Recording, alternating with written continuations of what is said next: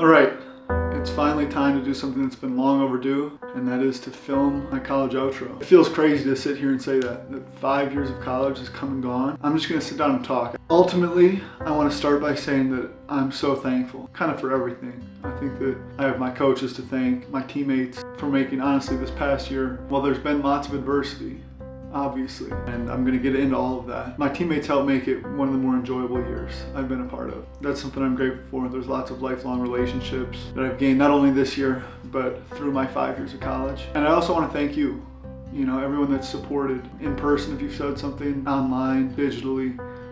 This is something that I started because I just know how much it meant to me when I was younger. I think that I've tried to provide a level of consistency through the past 2 years that would cause people to care, and would provide some insight into what we go through every day as Division I athletes. And I just think how cool that would be, because I know that whatever videos I could find back in the day when I was growing up, I would watch them and I would see what that life was like. I've tried to provide a level of consistency through it all that isn't all that common, and uploading every single game over the past 2 years, I think has done that. Well, I wrap up my college career. Obviously, this is a journey that I'm kind of in for the long haul, and so I would hope that you guys would join me. Yeah, I just wanted to start by saying thank you. I think that this has been so much more than I could have ever asked for, and I needed this so much more than I even realized when the season started, so appreciate y'all. Let's take it all the way back. I think that when I first knew that this was a possibility, I was still at BC, obviously, and I was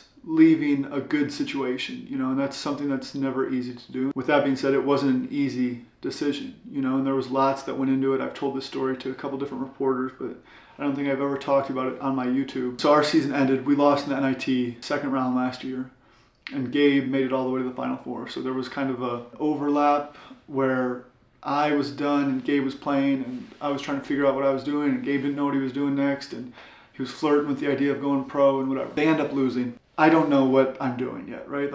I like the idea of playing with Gabe, but I also know that I have a good situation at BC. I had some conversations with Coach Grant, other coaches, and got myself to a place where I felt really good about coming back, honestly. And that was almost set in stone up until the last day. I had a phone call with Gabe right before I had a meeting with Coach Grant, and I told him, listen, they had lost the day before. I was like, listen, take the plane ride to decide what you want to do, but honestly, I'm in a place where I can see myself staying. Obviously, Sierra was there, and I'd found my footing. I think there was a loyal fan base at BC that I think backed me, and so I had that meeting with Coach Grant.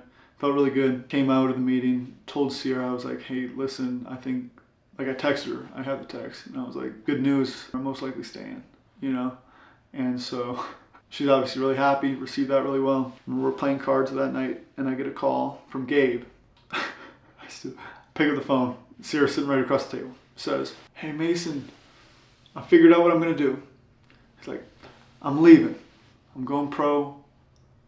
And I was like, oh, that's great, and I felt good. And I had told her that I was staying. I was like, this works out. And he's like, nah, I'm just playing. I'm coming back. And he's had this big smile on his face, and he knew what that meant, because I kind of told him, this is on you. If you decide to stay, I'm coming out. I already know that. And it was just this flurry of emotions, and so I knew that it would finally be the closure that we never got together, playing in high school and having our last game canceled by COVID, not knowing that was the end, and then never getting to play in college together. Yeah, obviously going long distance with a serious relationship is never easy, and so that was something that I had to balance at the time. It was a kind of a fragile situation, you just have to be considerate of obviously your partner's feelings, while also knowing that, okay, this is something I need to do in my career, or I'll regret it for the rest of my life. She was supportive. She came around to the idea, obviously, has been supportive ever since, but it wasn't easy in the beginning. Fast forward, take my visit, feel great. Coach Smith and I connect like that. I remember there was a time where two of my favorite movies, it's my favorite movie is Miracle,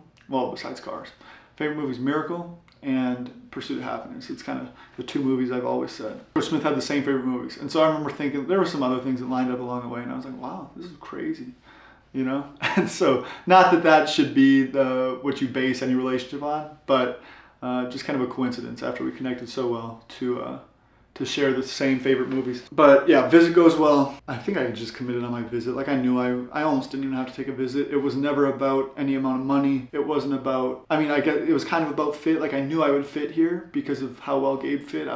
So I kind of put my eggs in that basket, like knowing that it's a risk to start over anywhere, but knowing that the process be a little easier because my twin brother, who I wouldn't say we play exactly alike, but there are similarities for sure. That coupled with a connection with the head coach felt really good, and so committed on my visit. Summer comes around, had a really good summer, honestly. The previous summer I had been rehabbing a hip injury, so I didn't get to participate as much. This summer, the best I'd played ever. So just felt really good about where my game was at, fully healthy, and playing my best basketball. And I kind of carried that over into the start of the season. Practice starts in September. I remember there was a stretch to start practice. We statted every practice out. I remember through the first 7 practices, it was something like I had 95 points and the next closest was like 40. And I was just hooping, and I felt very assertive. I felt like I'd finally turned a corner, and this was something that if you just knew that version of me, you would think like, oh, this guy's really confident. He's got a little shit to him, you know. In reality, there had been 4 years prior where I was finding my footing and figuring out who I was. And so it kind of all culminated, me being a 5th-year senior, feeling an immense amount of confidence coming to Utah. And that's something that I hope to take with me whenever, you know, no matter from this point on in my life, having achieved this level and feeling very confident myself and knowing what I bring to the table, no matter the circumstance or the adversity I face, knowing that at the end of the day, I know who I am, you know, and I know the value I provide. And so not letting that be conditional on a situation, but just like knowing that inherently I bring this value. Everyone's running a different race, and so I just feel like Utah got the best version of me, honestly, and probably got the most secure version, and especially at that point in time. I guess it's interesting the way the season goes, knowing that this was true about where I was mentally at that point. That rolls around, comes and goes. That doesn't mean there weren't bad days, you know, like there's obviously some of that mixed into, but for the most part felt really good about where my game was. And yeah, so season rolls around. The first game honestly is as good as I could have felt, you know, it went as well as it could have gone. I remember feeling really nervous going into that game. And I think the exhibition before that too, which is crazy because you're playing a D2 and it's whatever, but it was like a new situation. I kind of felt like the expectations from being Gabe's brother, you know, like that's something I hadn't dealt with kind of ever, you know, like when you're high school, you're both the best players or whatever, but this was me walking into a place that he had been for the previous 3 years. It's going on to his 4th year, and fans knew what he was. They knew what to expect. Obviously, he just broke the single season 3-point record. And I felt like maybe a little bit of a chip, you know, like I've always felt that, being Gabe's brother in a sense, because he's always been higher recruited. And so I think being apart from each other was really good in that sense. It allowed both of us to grow on our own. And so finally, I think that's why we saw this year as being just the right time. First game, pre-game jitters, whatever. End up going 5 of 9 from 3. Second game, go 5 of 12 from 3, 15 points in each. Didn't shoot a 2-pointer through the first 2 games, which is pretty crazy. But felt really good about where my game was. Third game, I think we played Queens, and that's when the first sign of some sort of inconsistency rolled around, and uncertainty, and I barely played against Queens. I think I played 8 minutes. That wasn't garbage time, and then got in garbage time. But just tried to stay positive through it all. You know, like I didn't know exactly why. There was not that much clarity. It's how it goes sometimes, you know? So you just keep your head, it's early in the season, I've been through it before. And so you just keep showing up every day. I've always lived by the ideology that if you go about things the right way, they tend to work out. And sure enough, next game, Mississippi State. We're shorthanded to start the year too. We don't have any centers, and so we're playing small ball. Mississippi State's pretty physical. We go out, and we're up 11 at half on a neutral site game that's almost a home game for them down in Memphis. Play really well. I think I had 14 on 7 shots, and we end up losing a close game by 5. But again, like I'm performing well, I'm playing well in pressure situations, so I feel good about where I'm at. The rest of the non-conference kind of plays out. There's some ups and some downs, but for the most part, I'm feeling good, and it's kind of highlighted by going into Christmas. We go to Sioux Falls and play Iowa. I go for my career high and just play even if I didn't shoot the ball well, played a really good overall game. But I shot the ball well, had 26, 6, and 4. Only game I played 30 minutes all season, which is interesting for me coming from a place where I played 30 minutes a game down the stretch for the last 10 games at BC. And so just adapting to a new role, but almost feeling like maybe I turned a page. Got my first start against Iowa in front of my whole family. And so there's like a really cool moment. We ended up losing a hard-fought game. There was almost no defense being played. It was 95 to 89 or something like that. I felt like I played almost as well as I could have played, you know, in that game. And really felt like I'd solidified whatever role I had been questioning. Going to break, there are whispers at this point. Like I'm hearing from some assistants and who are talking to agents like, hey, because Gabe's always had the NBA prospect stuff. And I remember one agent had come from a bigger agency, had come to one of our coaches and said, hey, we don't just want Gabe, we want Mason too. You know, like we think Mason could make an NBA team and carve out a role. And so that was kind of the first time I'd ever heard someone say that. Even if I had thought that about myself, like I just feel like my ability to shoot the ball would always translate. And then just a sense of toughness and just figuring it out and being able to guard and being athletic, all this stuff, I felt like it would translate. But I had never had anyone tell me that. You know, I never had anyone outside believe that for me. And so this is kind of the first time. I was averaging 13 a game at Christmas. I was shooting 48% from three, had 39 threes through 11 games, so almost 4 a game. And so felt really, really good about where my game was. We go home for Christmas for a couple days, come back, we don't play for 10 days. We play Baylor in the first Big 12 game in Utah basketball history. Pretty cool to be a part of. At Waco, we got our kicked in. We got beat pretty bad. I didn't play great, but that was just one of those games. I ended up going 4 for 12 from the field and lifted the shooting percentage, you know. And so I remember, this is not me calling anyone out, but I just remember Coach Smith comes into the locker room and calls a spade, and is like, when Ezra, Gabe, Mike, and Miro go a combined 3 for 31, we're not going to win many games. And so it was just one of those nights where no one made a shot. I think Hunter played well, and that was kind of it. And so kind of just expected to wipe that, just go on, knowing I had just played really well, probably toward the top of their scouting report, you know, like probably me, Gabe, and Ezra at that point in time. And so just adjusting to that too, like being more of a focal point of the defense and still trying to find spots and feeling like I still had like turned a page. And the next game rolls around and I remember I played my first rotation. We played Texas Tech at home. Play my first rotation, sit the rest of the half. Play my second rotation to start the second half and sit the rest of the half. And I think I played 8 minutes and got one shot up. And we lost by 25 again. And I remember feeling really deflated, really confused, because I had told my trainer, Mitch, he had come out for that game and we had worked out the day before. And I remember just telling him, like, I really feel like I've just turned a page. Like, whatever struggles I've been through mentally and questioning my shot and why things are happening, it's like I've put that in the past. I feel like I've elevated to a point where I'm never going back. It was like a kick in the nuts having that game. Trying not to overthink what's going on, but still feeling like, okay, this doesn't feel right.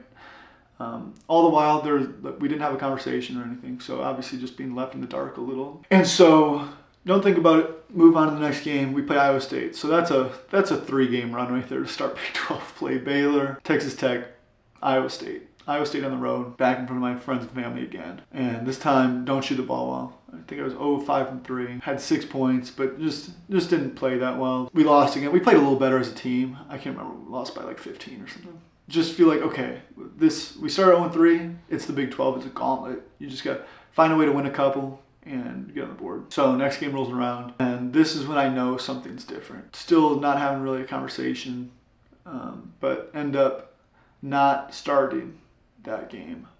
And honestly, this is me putting anyone on blast, but there's probably people out there that can relate. Like, as a player, you just want clarity. I think it's so much easier to adopt a role and accept a role when you know exactly what's expected of you. Felt like I was playing my best basketball, and then it was just the rug was kind of pulled out from underneath me. And this is something where I prefaced before in this video that I've had insecurity on the court where it's like I feel maybe an imposter syndrome of sorts, or just almost not questioning your ability, but just there is like when you feel like you are good enough and you're not being told that, and that's never been said to you.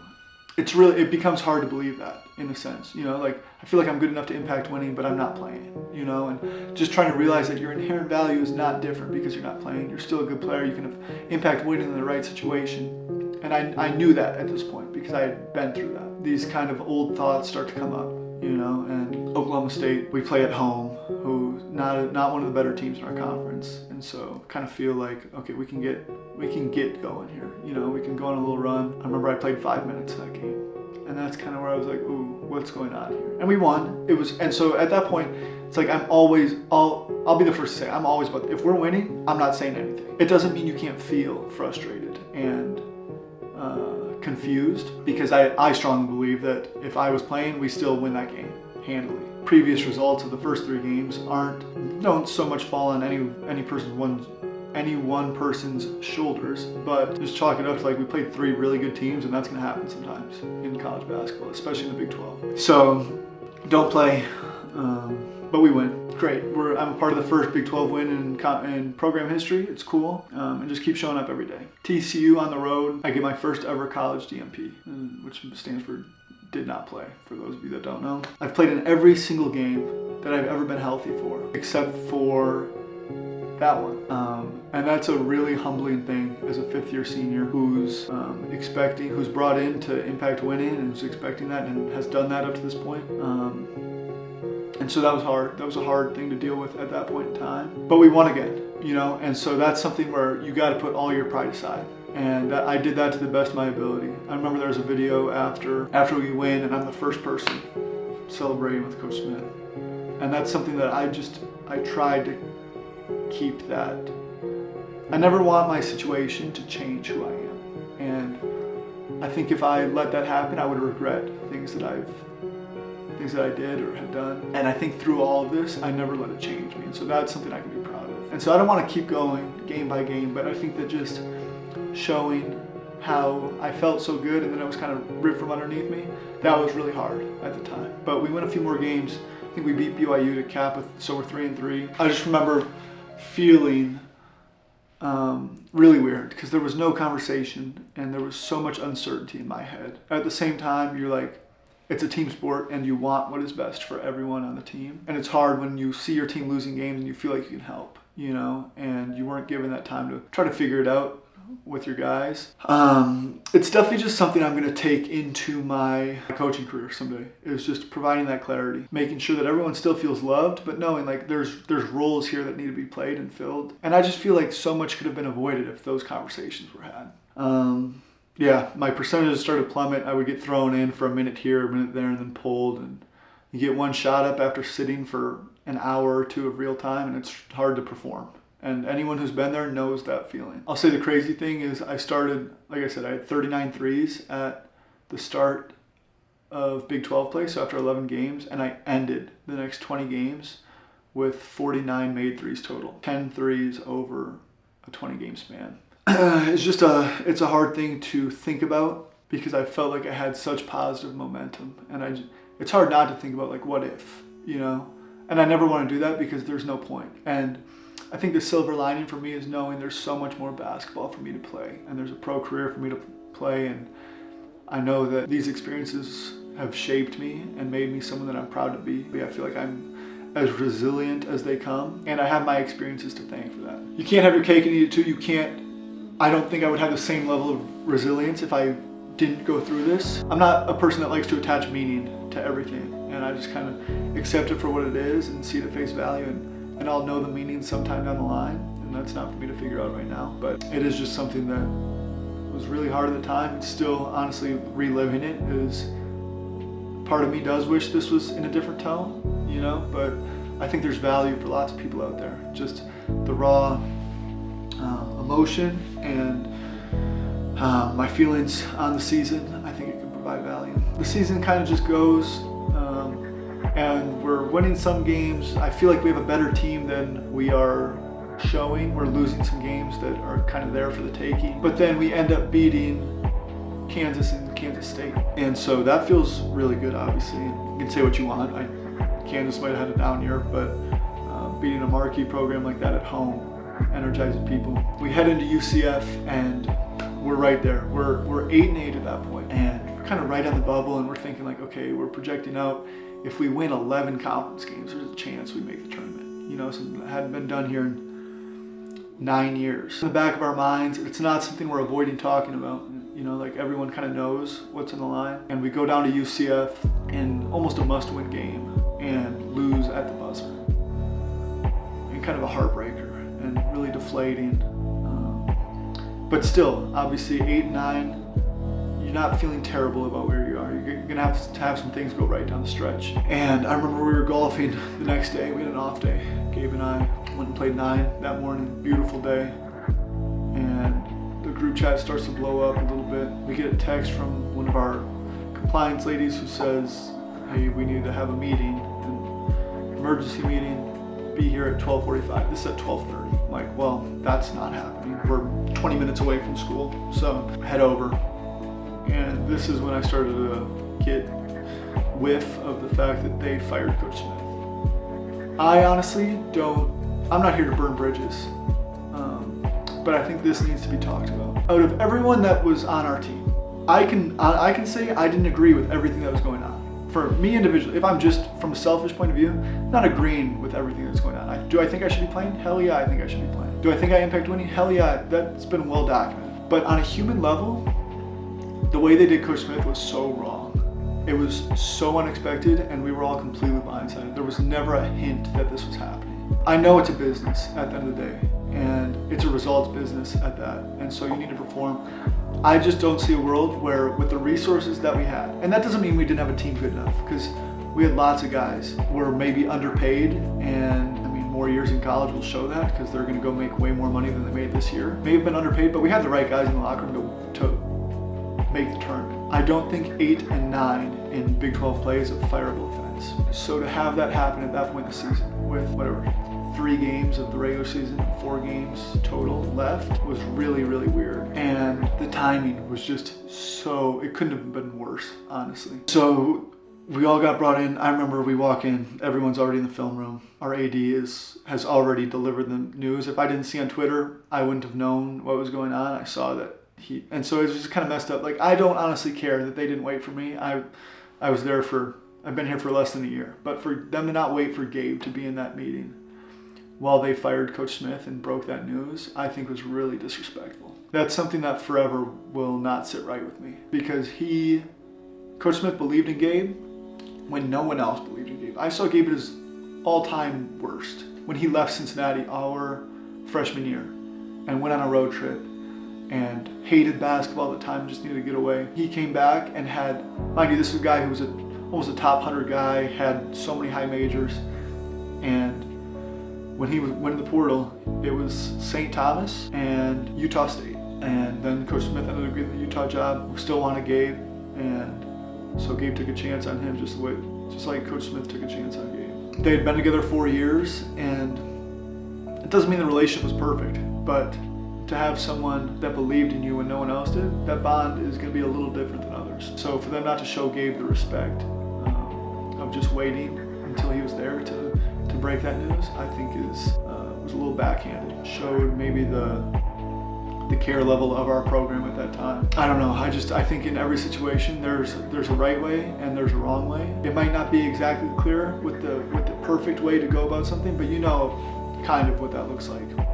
That didn't feel like the right way at all. When I tell you that no one saw it coming, literally no one. And so they named Coach Eilert the interim head coach coming off his first, he had an interim job last year at West Virginia as well, and so he didn't know he would be in this situation again. He didn't sign up for this, but Eilert was well respected in our program and proved to be a good leader of men. And so while I can say that all of this was messed up, I did selfishly see it as an opportunity to maybe play, maybe get on the court, who knew? And so with 5 games or so left, I saw that opportunity potentially. And so they started playing me more at the point, and we made some changes there.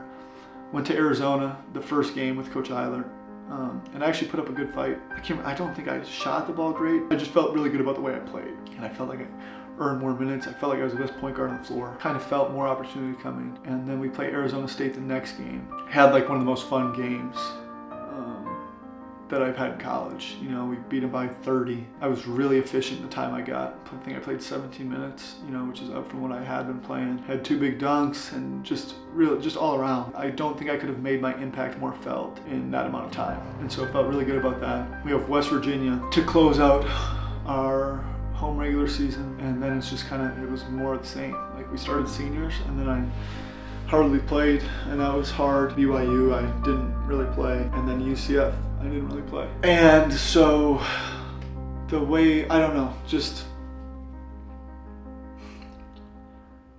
like I wish that I could give a good couple sentence statement and say this is what happened and this is how I feel, and that's what I learned from this. But I don't know if I'm removed enough from that yet. My motto all along, for as long as I've done YouTube, was keep it real, you know, and that's what I'm trying to do to the best of my ability. I don't, like I said, I'm not here to overstep and overshare and burn bridges. I think that context is important, and I've always been an open book in that sense, which is funny because I live with my twin brother, who is maybe the opposite and doesn't like his life displayed.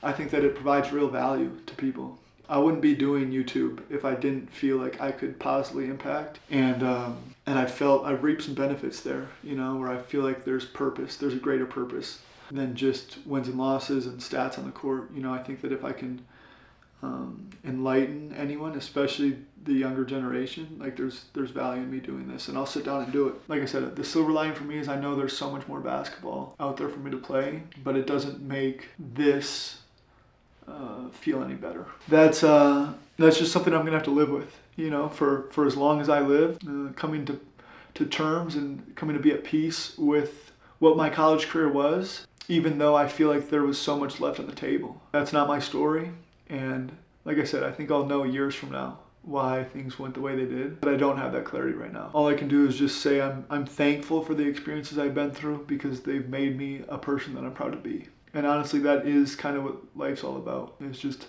constantly evolving, constantly trying to achieve the highest level person, the highest level player that I can be. At the end of the day, this is not what I expected from this season, but I'm forever grateful. You know, and I need to say that more. Instead of just trying to rationalize everything, I need to just be grateful for the fact that I got what I came here for. I got the closure I needed to play with Gabe. And my mom was at every single game. For someone who's grown up with basketball and family being synonymous with each other. You know, like, my dad was our coach. I've always played basketball with Gabe. To get that in our final year of college is something that no one will ever be able to take away from me.